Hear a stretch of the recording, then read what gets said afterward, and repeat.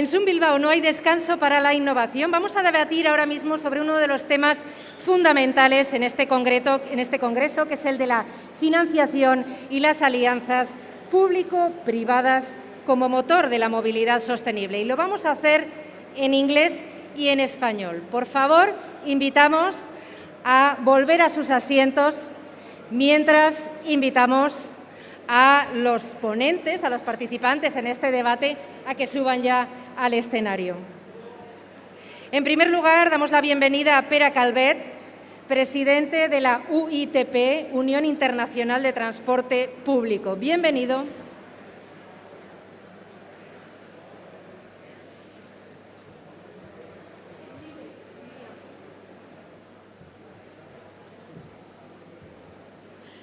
Le va a acompañar en este debate Florinda Boschetti, directora del City Club de EIT Urban Mobility. Welcome to the stage.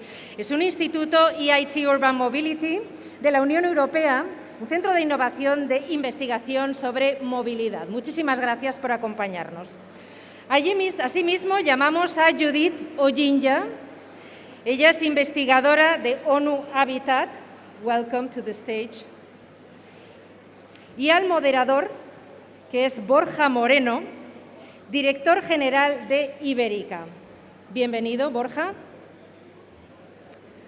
So welcome all to this panel discussion about public-private funding and alliances. Borja, I give you the floor. Enjoy the discussion.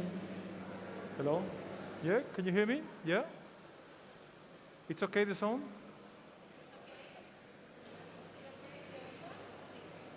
Sí. Buenas tardes. Gracias a los ponentes y a la organización del SUM y a la organización Empresas por la Movilidad Sostenible por darnos la oportunidad de estar aquí hoy moderando esta mesa tan interesante y por supuesto al público, ¿no?, que está aquí con nosotros y que sin todos vosotros nada de este cambio sería posible. Para mí es un honor estar aquí además hoy porque mi abuela nació aquí, en Bilbao. Era Sanjurjo, así que estupendo, ¿no? Bueno, voy a pasar a presentar a los ponentes. So, we are here with Judith Ojinja Martins, Sustainable Mobility Expert and Researcher, Solutions Plus UN Habitat.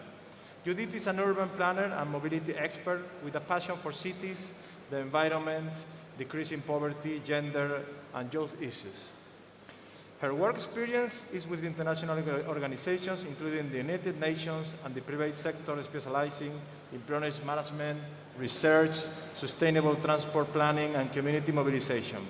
She currently works for UN Habitat in the Solution Plus project, focusing on promoting electric mobility transition, investments, and in partnership in developing contexts. She's based at the Blekinge Institute in Technology in Sweden. And you are from Kenya. So yeah, it's amazing what you are involved. Could you please, give us a little bit more background? Thank you. So currently, can you hear me? Good. Currently, I am working on the Solutions Plus project, which is an EU-funded project by Horizon Funds. It seeks to seek out partnerships between European experts and experts from developing contexts. So we have this north to south, south to north transfer of knowledge and experience, which is very important and very much in line with the topic for today's panel. Thank you. Yes, beautiful. I'm going to present Pere Calvet. Pere Calvet es un ingeniero de caminos, canales y puertos por la Universidad Politécnica de Cataluña. Es director general de Ferrocarrils de la Generalitat de Cataluña desde el año 2011 y presidente de la Unión Internacional del Transporte Público. También fue director general técnico de infraestructura ferroviaria de Cataluña y anteriormente desarrolló su actividad profesional principalmente en FGC. Además participa de forma activa en organismos nacionales e internacionales en el ámbito del transporte público y la movilidad. Actualmente es presidente del Congreso Smart Mobility de la FIA de Barcelona y pertenece a la Junta Directiva de la ATUC, Asociación de Transportes Urbanos y Colectivos. Al Comité Ejecutivo de la Autoridad Metropolitana del Transporte de Barcelona y a la Comisión de Gestión de Infraestructuras del Colegio de Caminos. También le han concedido la medalla al mérito profesional por parte del Colegio de Ingenieros de Caminos, Canales y Puertos y la medalla Ildefons, Cerdà, máxima distinción del Colegio de Ingenieros de Caminos y Canales de Puertos de Cataluña. Poquita cosa, pero qué barbaridad. Oye, pues, no sé, ¿cómo te encuentras hoy? Cuéntanos un poco más de ti. Muchas gracias, Borja, por esta presentación. Próxima vez pediré que lo recorten un poco, si no ocupamos el espacio del debate en las presentaciones. Estoy muy contento de poder estar aquí otra vez en Bilbao. Hace 2 años, junto con el alcalde de Bilbao, el alcalde de Estrasburgo y yo como presidente de la UITP, firmamos la declaración de Bilbao, toda una declaración de intenciones. Y lo contento que estoy es porque ha resistido el tiempo. Es decir, muchas veces se hacen declaraciones de estas que quedan en un papel y, bueno, al final pasan otras cosas. Y ha resistido el tiempo y ha resistido a la COVID. Quiero decir que enhorabuena a los organizadores por mantener viva esta declaración de Bilbao. Qué bien, muchas gracias, Pérez. No sé si me escucháis bien vosotros, porque yo a ti no te escucho muy bien, Pérez. Can you listen me? Yeah, it's okay. Yeah. Borja, I'm having some audio problems. Can you hear I me? get echo with the speakers. I don't hear you, I don't hear the speakers. I wonder if maybe I need a headset. Sorry for the interruption. So Florinda Boschetti holds the position of the head of City Club at AIT Urban Mobility KIC, where she animates the community of city and region governments and living labs. Florinda is an urban planner graduated from the Polytechnic of Milan in 2001 and transport planner, doctor, University of Brescia, 2009, and is an enthusiastic advocate of livable and healthy cities. She has 20 years experience working in sustainable mobility and urban governance across academia, the public sector in Italy, and European Networks Association, and liaising with the public official, national and international stakeholders, European institutions, the governance organizations. Well, she has led so much significant work. Florinda, it's a pleasure to have you here. I give you the word. Borja, thank you for the invitation. Good afternoon, everyone.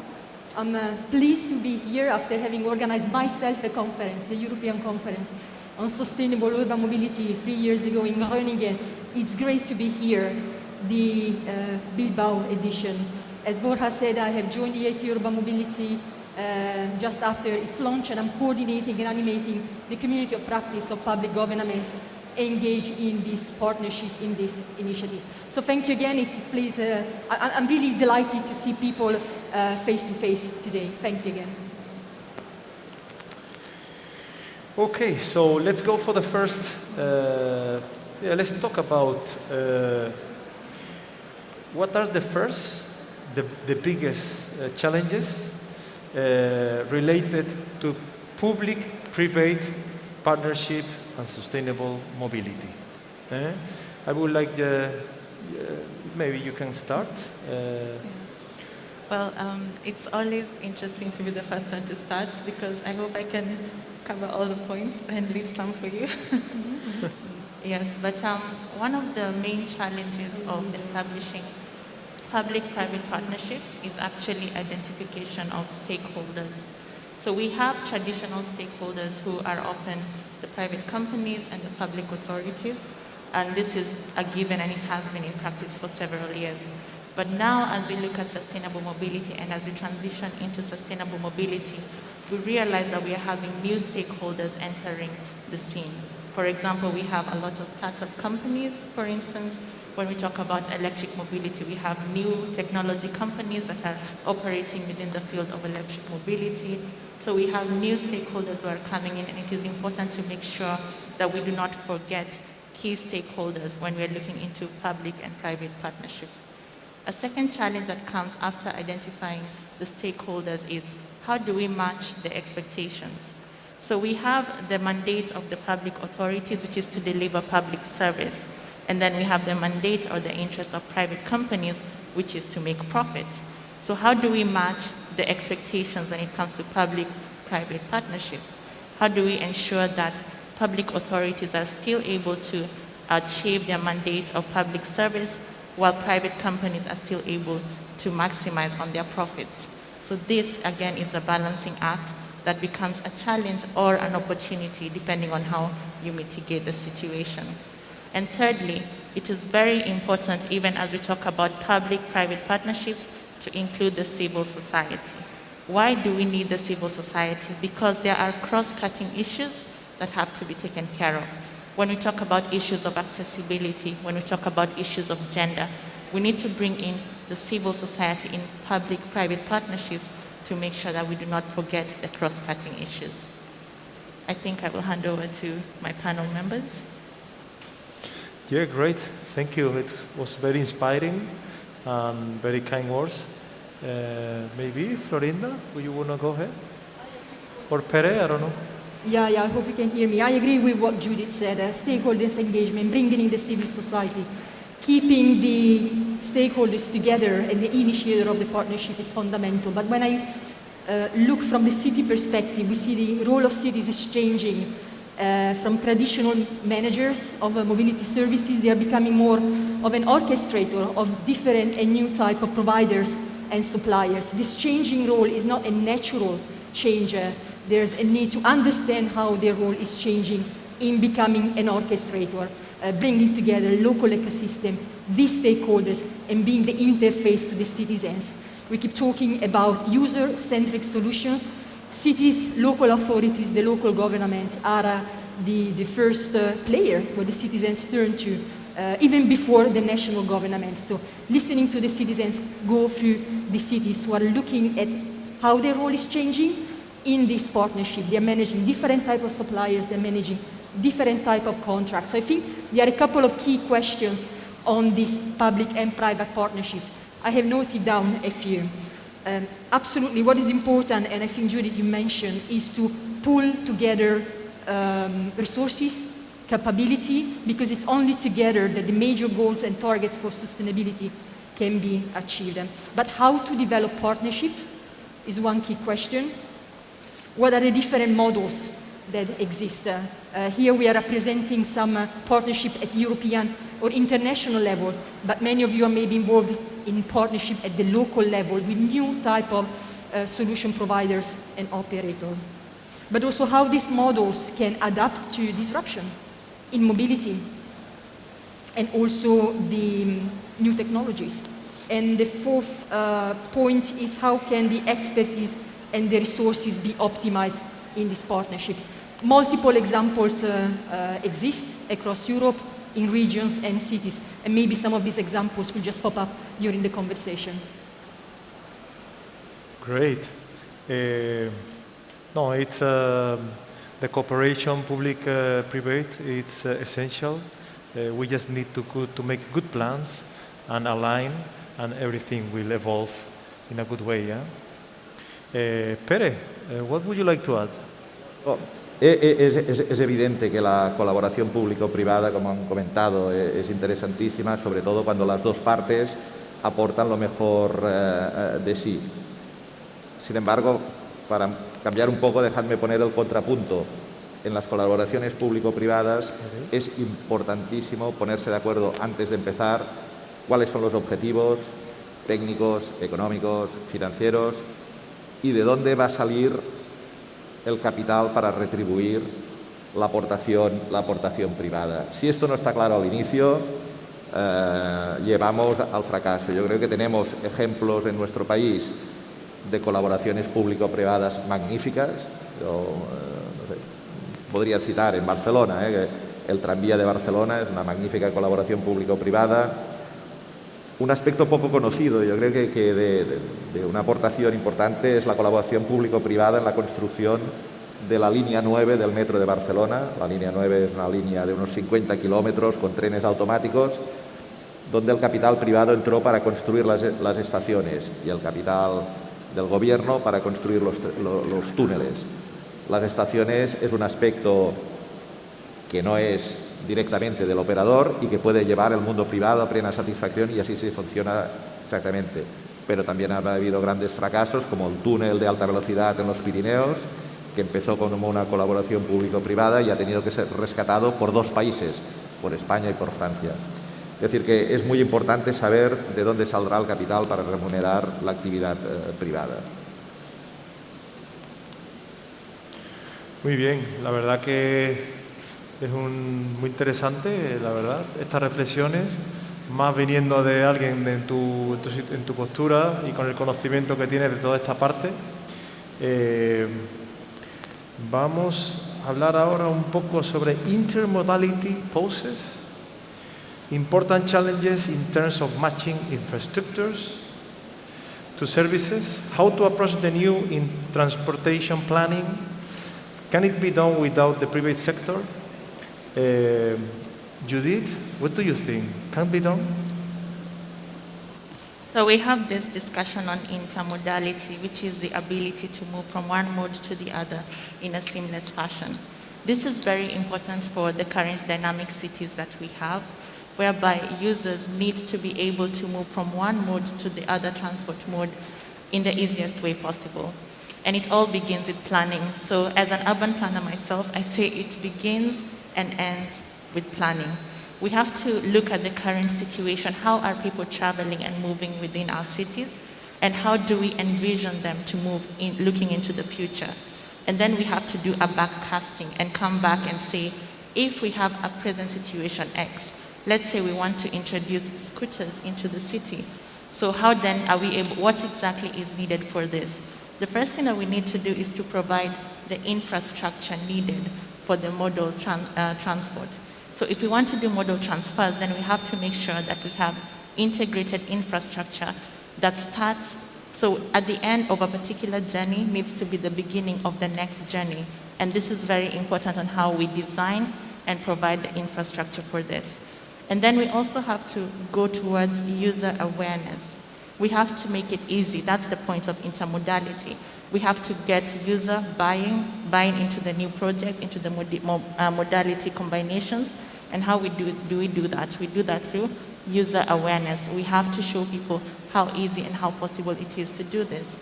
And another very key part of making it easier for users to integrate into intermodal processes is to have integrated ticketing.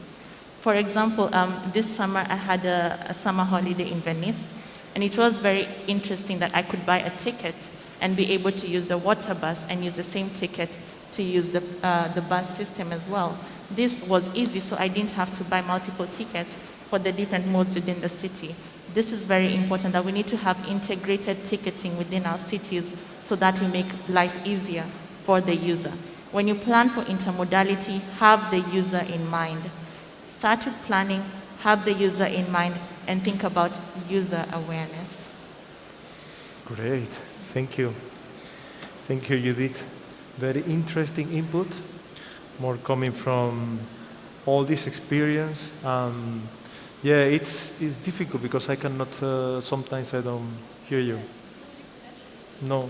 The headset, Ter and myself. Can we have a headset on stage, please? Yeah.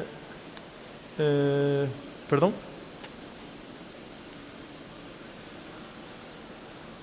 Yeah.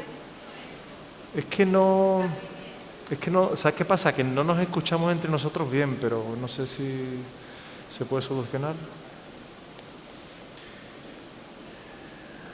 ¿No? It's very difficult to hear you, but yeah, I could grasp a few words what Judith said. Yeah, that's the point. It's difficult to understand each other. I don't know on the public. Because we hear the echo from the speakers in the session. It's the same. It's a lot of echo, okay. I don't know if it's the mass, but... Now, I wanted to build on what I've heard that Judith mentioned on the infrastructure is necessary to have the services working. That's not just applying for mass mobility as a service, technology type of services. And I'm thinking about some examples on how cities are leveraging data and data sharing. Not just the standards on how data is collected, how data is shared, with the private operators, but how data can help manage and operate the service, but also improve the infrastructure on which the service will eventually run. And when speaking about data sharing, and again, the challenges within partnership on data sharing, again, there are a couple of questions that I have in my mind. There are some gaps between the way operators and public authorities use data, which is still there and yet is looking for solutions. There's a need to collaborate on the interoperability. Absolutely what Judith says is relevant, and also on service delivery eventually, and data can help to understand. GDPR compliance. GDPR compliance in Europe is not following the same rules as in the United States. We are in Europe developing multimodal digital mobility services standards. I saw the Commission has just launched yesterday a public consultation on multimodal digital mobility services. So it's interesting also for any organization here and the general public to have a say on how these services could be organized. So infrastructure, services, data. The responsibility as well.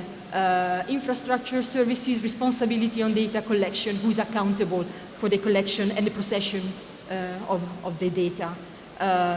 Technical expertise within those managing the data, which eventually will help improve infrastructure and the services, and the capacity gap. So I think within the partnership, one intrinsic element is looking at upskilling the professional, the experts working in implementing new mobility solutions, not just managing the current system that we know how it works, but looking at the upcoming and new trends coming from Asia, also coming from the US, and developing themselves as well in Europe. There's a strong capacity for developing innovation in Europe.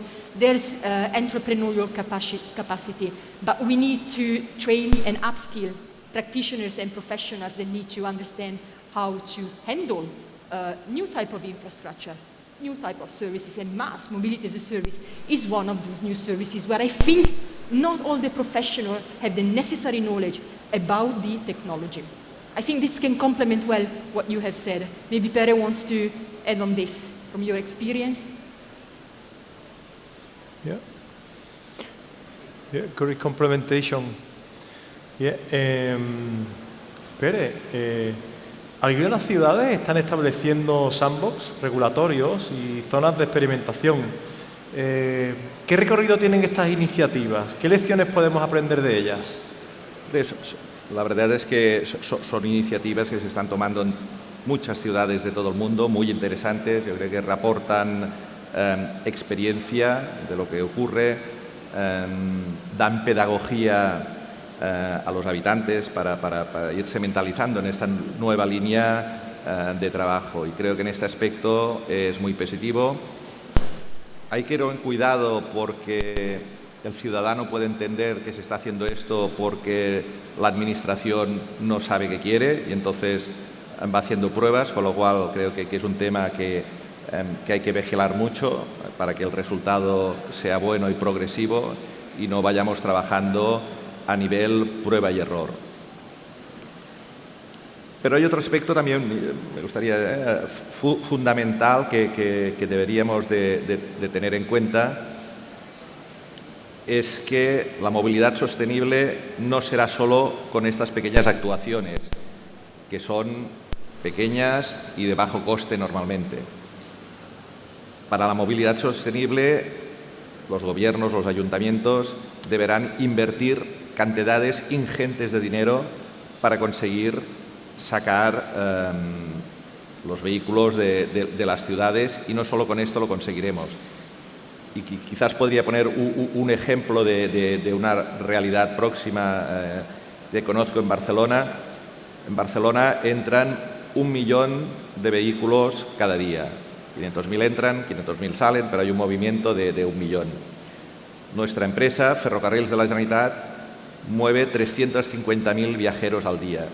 Quiere decir que si quisiéramos reducir a 1/3 la contaminación que producen estos vehículos, deberíamos disponer de una empresa como la nuestra solo para reducir 1/3. Con esto quiere decir que sí, que los sandbox son muy interesantes, que hay que hacer muchas experiencias dentro de las ciudades, pero hay que ser valientes y habrá que poner sobre la mesa grandes inversiones para conseguir reducir las partes que realmente contaminan, que son las entradas y salidas en las grandes urbes de los commuters entrando y saliendo. Es decir, que las experiencias estas son interesantes, son delicadas, pero la verdad es que políticamente son muy agradecidas porque tienen bajo coste y las puedes ir implementando rápidamente. Florinda, would you like to add something to the comments of Pere? Did I grasp it well? It's about the sandboxes regulation in the city. Yeah, if it's something that I have experienced myself and that I have learned while working some 10 years with city networks at EU level, at the local level, is that cities need to try out from themselves new services, new solutions, test them, validate them, adapt them, shape a suitable legislative framework and regulation that fits their needs. And they have the right to fail. There's nothing bad in failing. You try, you trial, you may fail, but you have certainly learned something. And if I bring to you one concrete example from very recent and maybe common to many cities, the arrival of the free-floating bicycles and the electric scooters. I don't know how the situation is in Bilbao, but in many other European capital cities or medium-sized cities, they have suddenly arrived one night on the streets with any prior dialogue with the city council. Yeah, it was a new solution, yes. Users arrived, there was good success, and after a month, they were gone.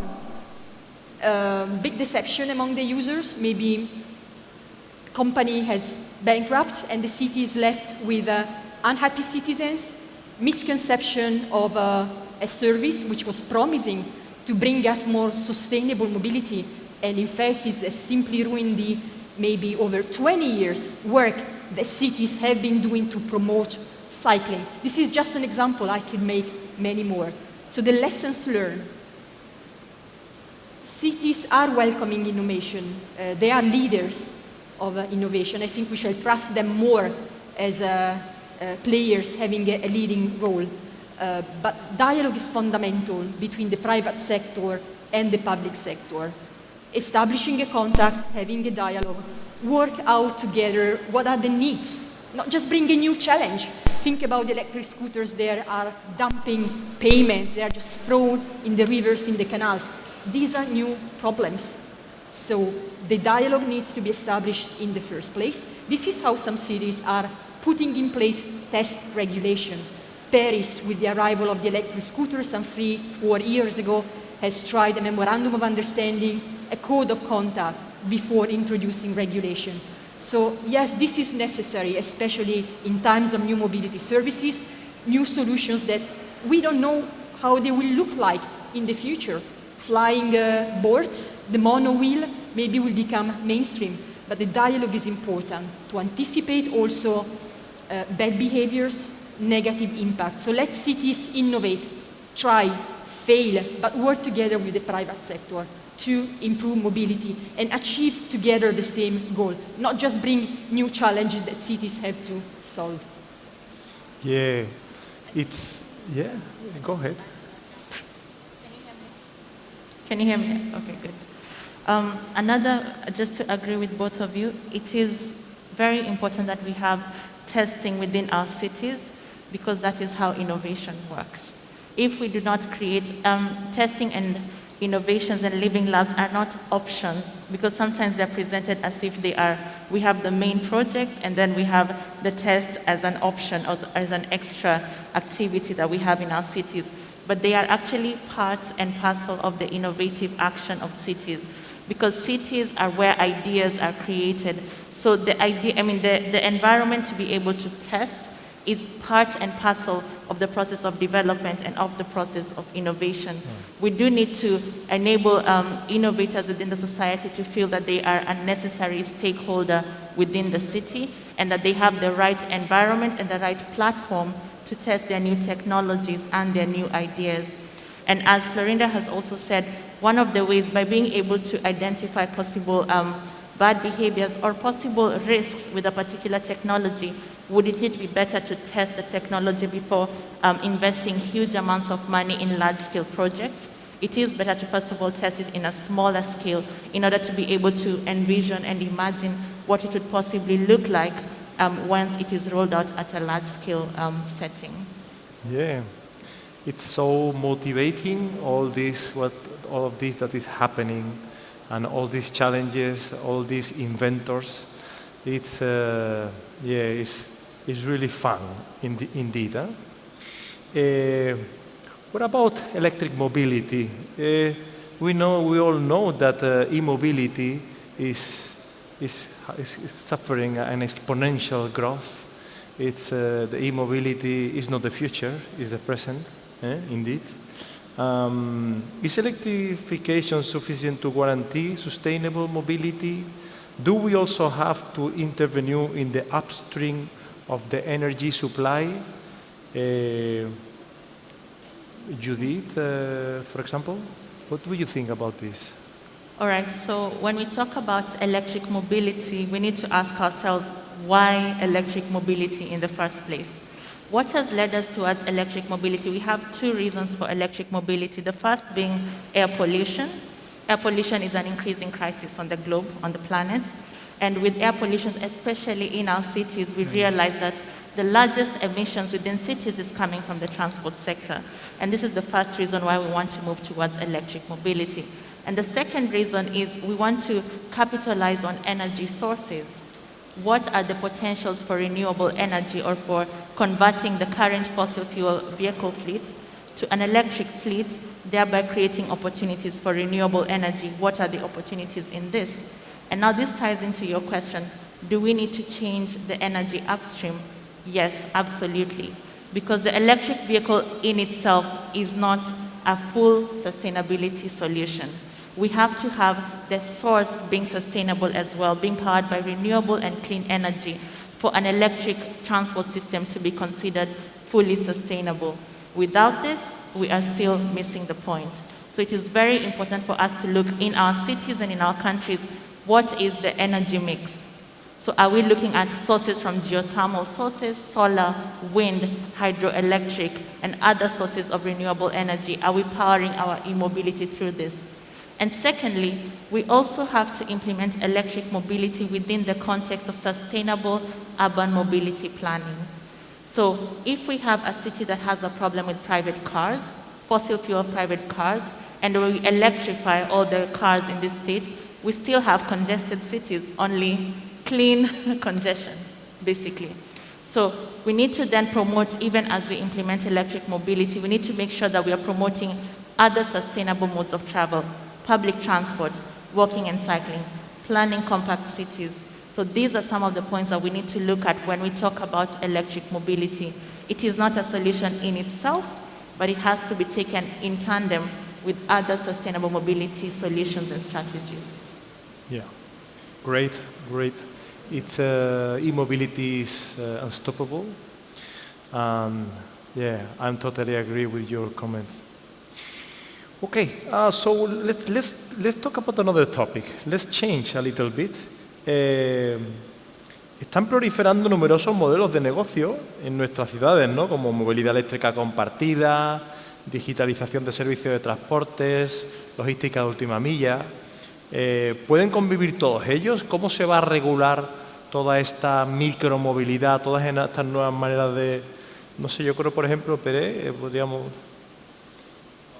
La verdad es que pueden convivir y así se demuestra en muchas ciudades. Creo que la iniciativa privada detecta necesidades y las ofrece en el mercado y ha detectado que la sociedad o una parte de la sociedad necesitaba patinetes eléctricos y han aparecido.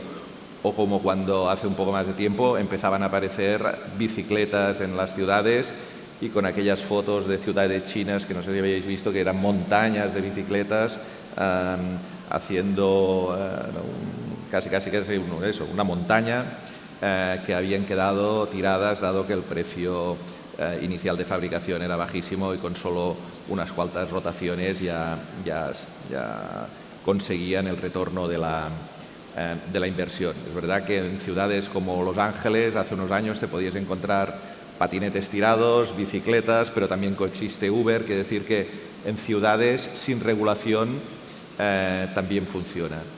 Sin embargo, en una visión mucho más cercana, ¿no?, de la gestión del espacio público, seguramente necesitamos una cierta regulación que pueda poner cierto orden en este espacio, al menos en ciudades europeas, tan escaso y que hay que repartir entre todas las necesidades, y si no existiera esta regulación, pues haría muy difícil la convivencia. De todas maneras, también hace falta un paso adelante de la Administración para que esta regulación se haga rápidamente. Y aquí sí que tenemos muchas dificultades en seguir el ritmo. Y la Administración, yo creo que debería o de regular o de poner orden en algunas cosas, como por ejemplo hubs de movilidad, donde bicicletas, patinetes, hasta coches eléctricos estuvieran en un mismo punto y no encontremos este desorden. Y esto tampoco obligaría a una regulación sobre cómo se conduce un patinete o como una bicicleta, sino que sería más fácil de implantar. Seguirán apareciendo iniciativas privadas cada vez que existan oportunidades de negocio. El largo plazo o el medio plazo ya es más difícil porque, bueno, yo no sé si son negocios que están pensando a muy largo plazo, pero es evidente que irán apareciendo. Sí, would you like to add something? I like what Pere said, and I like the question, can all these modes exist? They are already coexisting. It's a bit chaotic sometimes, in other occasions the coexistence is more peaceful, but it's also about prioritizing. Regulation can help to prioritize. Policies are needed. Strong political commitment are needed to prioritize certain modes. And it's not about just kicking cars out of the city. We will have cars. Some of the speakers this morning mentioned it. It's not about cars away, all the other modes welcome. It's about the right mode for the right trip. All modes are important in a different way, for a different scope, for a different purpose, for a different time of the day, for a different type of households. So how all these new mobility services can integrate the existing offer, how all together can coexist in cities which we are trying not to expand with continuous sprawling in the metropolitan area in the region, keeping cities compact, keeping density the leading element which enables higher ridership on public transport or incentivizing walking, cycling to take the extra affluence to public transport during peak hours, how maybe autonomous vehicles may come and help. There are many use cases on autonomous vehicles. We don't know how this will deploy, when. It's true that we said some cities are testing these solutions, but the infrastructure needs to be in place before the services can come. And then yet again, what is the legislative framework for having autonomous vehicles? So there are some sandboxes, yes, they are testing solutions which could hit our streets very soon. Maybe not next year, the technology is available. We were saying with Pere yesterday, technology is available, regulation not yet for autonomous vehicles. But coexistence of all these modes, I think, is key, and integration is the challenge. Through mobility as a service, through access to multimodal travel planners for the user. And yet again, we come back to data sharing. Who holds the data? Who uses the data? So it's a fascinating discussion. I don't have all the answers, but absolutely, I think that we need to have holistic approaches. And what we have seen about Bilbao having a holistic approach from urban planning, transport planning, new mobility services, putting people at the center of planning and harmonizing different plans and strategies is key to achieve these goals that cities are posing on themselves. European Commission is posing on cities, and we have the global emergency, the global climate emergency, which is above us all. And this is the decade for action, so we cannot delay the action to the next decade. There's no time. Yeah. Well, it's interesting because we can also add here the IoT, no? Internet of Things is going to have a very interesting point in this ecosystem, no? Because everything is interconnected. Also, I would add the blockchain technology. No, blockchain is bringing a decentralized way of doing things. And this will add a lot of value on the urban ecosystem and in the mobility ecosystem, because blockchain will bring us security, it will bring decentralized solutions, it will bring like logistic improvements, like to be able to localize and interact with millions of transactions in a very with much easier than with the actual systems that we have today, no? Nowadays. So yeah, I think it's interesting. Thanks for the inputs. Con respecto al programa de Next Generation, que se han comprometido ya como 6.700 millones, centrada en la intermodalidad, el ferrocarril, la puesta en marcha de una convocatoria de transporte sostenible y digital. ¿Es suficiente este esfuerzo inversor? ¿Qué modalidades de financiación podrían desarrollarse adicionalmente? ¿Qué pensáis? Yo si queréis, para poner en contexto, ¿no? Los 6.700 millones, si son muchos o son pocos, ¿no? 1 kilómetro de metro son una inversión de 100 millones de euros. Quiere decir que 6 capitales españolas podrían hacer cada una 10 kilómetros de metro, ¿no? O un autobús de estos eléctricos que vemos aquí fuera pueden estar del orden de los 600.000 euros por autobús. Quiere decir que esto permitiría 11.000 autobuses y 11.000 autobuses Madrid tiene 2.000. Es decir, mucho poco. Yo creo que es una cantidad importante de dinero, muy importante de dinero, que debería de ser muy bien situada, porque esto no va a servir para mucho más que la inversión inicial. Esto es una inversión inicial que debe de activar, catalizar inversiones futuras. Con esto no habrá suficiente, pero sí que puede dar un tiro de salida para que aceleremos todos estos procesos. Esta aceleración de los procesos harán falta aquí en España al menos 2 aspectos. Una ley de movilidad que permita financiar la continuidad de todo esto. Sin una ley de movilidad que garantice a las empresas, a los ayuntamientos, unas llegadas de dinero constante y claro durante los años, será difícil que esto pueda continuar. Y por otro lado, habrá que mantener un flujo de inversión importante, porque como he comentado antes, la movilidad sostenible no será posible sin una sobreinversión de lo que estamos haciendo hasta ahora. Es decir, que muy interesante, un primer paso de salida, pero habrá que acertar sobre dónde ponemos cada uno de los euros invertidos. Muy bien, qué buena.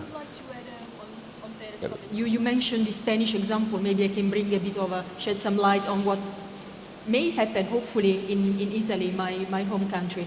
So the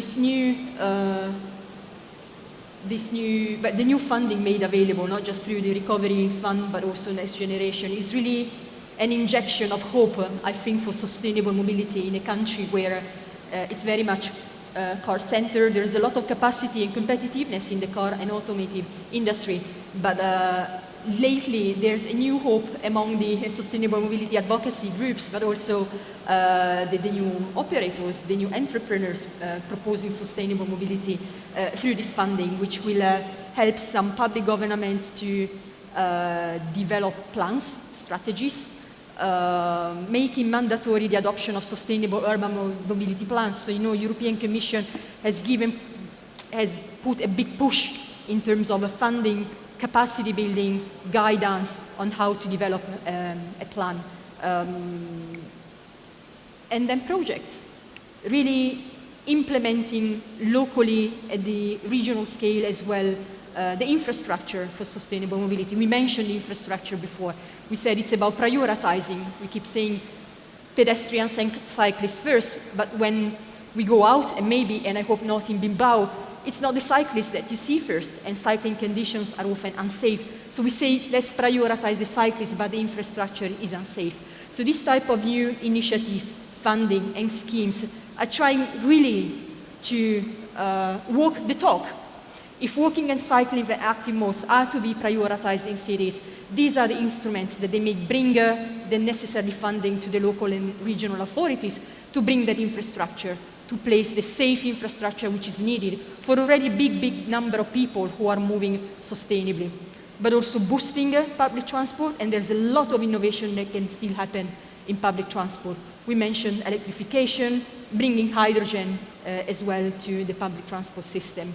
And when looking at logistics, this is another field very important that we have seen exploding during COVID with e-commerce and suddenly just-in-time deliveries at your doorstep. So all type of car share, bike share, fleets used by companies to deliver food at your door, shoes, clothes at your door because shops were closed. So I think this program will look, taking stock at the lessons also learned during the COVID period, looking at the challenges that this decade with the climate emergency is putting on us, on our society, and it shall really be a new window of hope for having finally sustainable mobility happening for real, prioritizing all modes and the infrastructure which is needed for safe mobility, more equitable, more inclusive, and also cleaner air. Yes, walk the talk. It's how can we evolve cities for cars and citizens to cities for citizens, no? Maybe we can put the streets downstairs, no?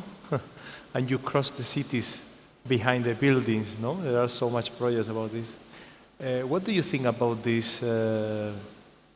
How is it going to affect the urban in mobility, you know? What do you think? Okay. Judith? First of all, there's something that we constantly have to remember. When we are planning cities, we need to think about the majority of the population. So often we have footbridges forcing pedestrians to go up or forcing them to go down, or, you know, we are always inconveniencing the pedestrian, and this is something that we need to be very careful about and look into when it comes to planning for transport. So if we talk about cities for people, what is the preferred mode of travel for majority of people? If people could walk, they will walk. So we need to then plan our cities in such a way that we do not inconvenience first the pedestrian, then the cyclist, you know, so we need to have this hierarchy where we have the private car at the top. We're not eliminating the private car, of course, but we are saying that the base should be a city that walks, a city that cycles, a city that uses public transport before we go then to the level of the private car. Then we also need to remember the avoid, shift, and improve method. So we are either avoiding people traveling by private car. We're not saying do not use completely the private car, but we are saying create multiple options for people to be able to travel without thinking of the private car as their first mode. Then we're talking about shifting. This is where we have brought in the aspect of electric mobility, mobility as a service and all that. So we're talking about shifting the energy source. But the last one, just to answer this question, improve. Now we know that when we are transitioning a city towards sustainable mobility, there is a lot of investment need on that. So how then can we go around the caveat of heavy investment or heavy capital? The easiest way to do this is to improve what already exists. How do we improve what already exists? We can redesign streets. If we have a street that places an emphasis on, for instance, one mode that is not so needed in that city, then we're able to redesign that street, make it more friendly, create public spaces in that street, create opportunities to walk and cycle. In this way, then we are creating cities that are putting people at the center and also addressing the issue of heavy investment when it comes to new technology and new infrastructure. So these are some of the things that we can do when we look into the future of mobility in our cities. Great. Would you like to add something, guys? You mentioned improve, Judith. Improve the existing infrastructure, the existing landscape. And that's what's happening, I see, in many cities through tactical urbanism or placemaking, where the residents, the shopkeepers, the local community take ownership of what's happening in their street. And these approaches of the 15-minute city that we hear a lot over the past years, brought forward by Paris and now the city of Milano as well, and Lyon and many, many more. It's about improving what already exists. As I mentioned earlier, European cities are small, relatively small, apart from a few large metropolitan conglomerations. We have compact cities. The 15-minute city exists already, but the quality of the space, the public space, is not up to the standards of what we are expecting in terms of well-being, healthy living, active living. So over the past years, I have witnessed how London, through the Healthy Street project, is taking back the design of the street for, as you said, improving it, improving the layout, and making it more fit for the pedestrians, the cyclists, those who are more vulnerable. And not just the road design, but also bringing into the conversation, and again, the stakeholders management, the shopkeepers. We often hear that they are the first one affected by any plan of closing off car traffic, because they say customers will not come. And yet there's evidence, scientific evidence, proving that the wealth comes from people on foot, on bicycle. They spend maybe less one day, but they come more often. So shopkeepers are the ones who are the first to suffer, for sure, but maybe are the first one to benefit the local economy. So somehow, this type of intervention, the 15-minute city, working on the space, what's happening on my doorstep, it's on the one hand bringing people back to street, creating street life, or live street, yes, but also supporting ground floor entrepreneurship. Yeah, great. Pere, ¿te gustaría...? Sí, yo creo que seguramente nos encontramos en el inicio de un cambio en lo que es la planificación urbanística, ¿no? Yo creo que Bilbao es un ejemplo de un cambio radical sobre la modificación de unos terrenos que estaban abandonados y que da un cambio drástico con un urbanismo también basado en la arquitectura y en una visión de edificios singulares que ponen en valor las ciudades. Si nos remontamos a 100 años atrás, para poner ejemplos, o algo más de 100 años, pues también hay un cambio urbanístico, por ejemplo en Barcelona, donde una ciudad cerrada dentro de las murallas, con calles estrechas, problemas que debían ser a la medida de los que tenemos ahora, pero hace 150 años, 200 años, donde la ciudad decide expandirse y salir del recinto amurallado de las pequeñas calles con problemas sanitarios que tenían para irse fuera. Quizás este nuevo urbanismo trabaja en la gestión del espacio, y es lo que hemos estado hablando, la gestión del espacio, y hay otra componente que es la gestión de los desplazamientos. Y con estas dos componentes yo creo que se está configurando este nuevo trabajo en todas las ciudades del mundo, y quizás una experiencia que seguramente ya conocen, pero que recomiendo que miren, sino que es la planificación urbanística de Singapur. Singapur realmente es un pequeño país, aquí se pueden hacer cosas más fácilmente. Es un país con un gobierno, bueno, yo creo que sería una gestión, más que un gobierno, es una gestión de país, y donde, resumiendo, hay una planificación que intentarán en el 2040 que cada persona esté como máximo a 45 minutos de su trabajo y a 20 minutos de lo que sería su zona de compras, escuela, puestos sanitarios, ¿no? Entonces, que tu vida más cercana, tu desplazamiento sea 20 minutos, tu vida laboral como máximo sea 45 minutos.